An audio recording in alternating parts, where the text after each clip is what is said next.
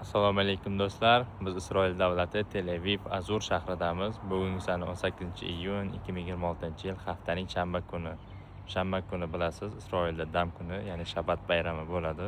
Shuning uchun hech kim ishlamaydi, ko'chalar ishlamaydi, avtobuslar yurmaydi, magazinlar ishlamaydi. Hozir mana ko'rishingiz mumkin, ko'chalar ham mana shunaqa bo'm-bo'sh. Hamma dam olishadi uyida yoki ibodatda, sinagogada bo'lishadi. Hozir biz ham ertalabdan sinagogaga borib ko'ramiz, o'zimizni mahalladagiga. Ertalabdan mana shu yon atrofdagi go'zalliklar, ob-havo, manzara ko'rishingiz mumkin. Mana shunaqa ko'rinishga ega. Isroil ko'chalari mana shunaqa ko'rinishga ega. Daraxtlar hamma yoqda. Yam-yashillik, bu yangi qurilgan dom uyimizning yonida mana shunaqa. Ertalabda mana bu yoqda bir kishi ketishyapti. Bu yoqda bir kishi sinagogaga. Adashmasam. Bu yoqda ham yana bir kishi. Ertalabki 8 soat sinagoga holi yopiq ekan. Mana shunaqa qulflar bilan. Tashqi ko'rinishi mana shunaqa. Ochilsa ichkarini obzor qilamiz haliroq. Ertalabdan hozirgina sinagogani ochishdi. Mana shunaqa go'zallikka ega tashqi ko'rinish sinagogani. Hozir ichkariga kirib ko'ramiz.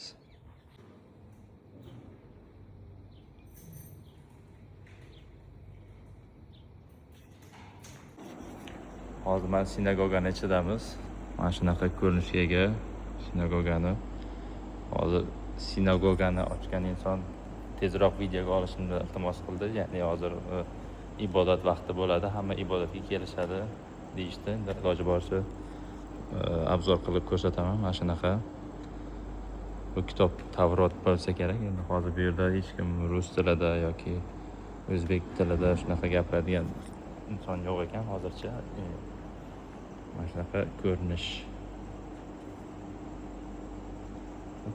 Tepadagi qavatlar ham bor. Bu tarafda parda turibdi. Adashmasam endi bu yerda ayollar ibodat qilsa kerak. Yana ham bilmadim, kim tushunsa kommentariyada yozishingiz mumkin.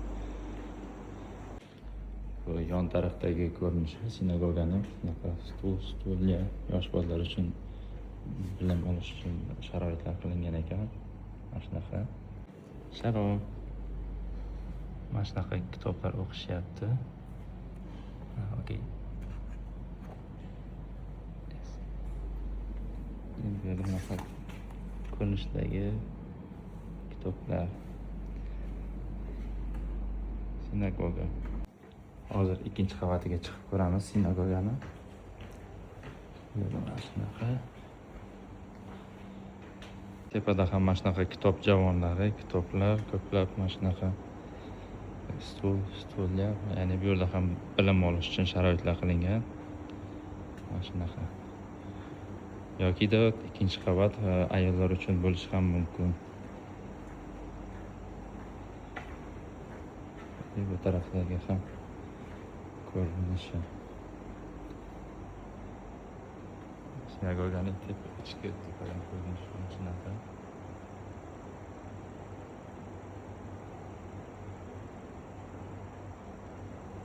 Bu yerda mana o'yinchoqlar yosh bolalar uchun o'ynash uchun. Bu yerda ko'rishingiz mumkin mana shunaqa tarixiy rasmlar, yozuvlar. Bu yerda mana shunaqa istalik uchun qo'yilgan rasmlar bo'lsa kerak, adashmasam.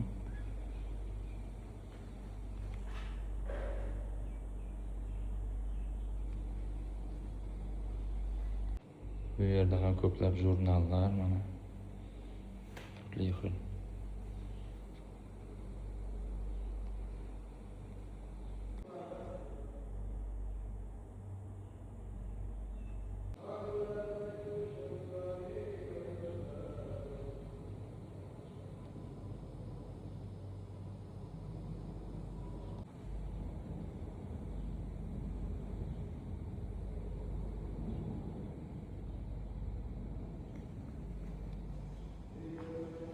Sinagogada ibodatlar boshlandi.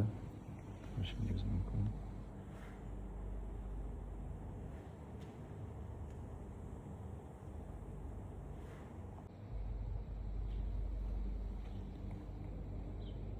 Do'stlar, sinagoganing obzori mana shunaqa bo'ldi. Ko'rishingiz mumkin. O'zbek milliy brend do'ppilaridaman. Hech kim hech narsa degani yo'q. Bemalol kirib, nima qilishingiz mumkin deyishdi. Endi ibodatlar boshlandi. O'zim ibodatlarga xalaqit bermay degan maqsadda tashqariga chiqib qaytdim. Xullas, mana shunaqa obzor bo'ldi. Sog' bo'ling, omon bo'ling.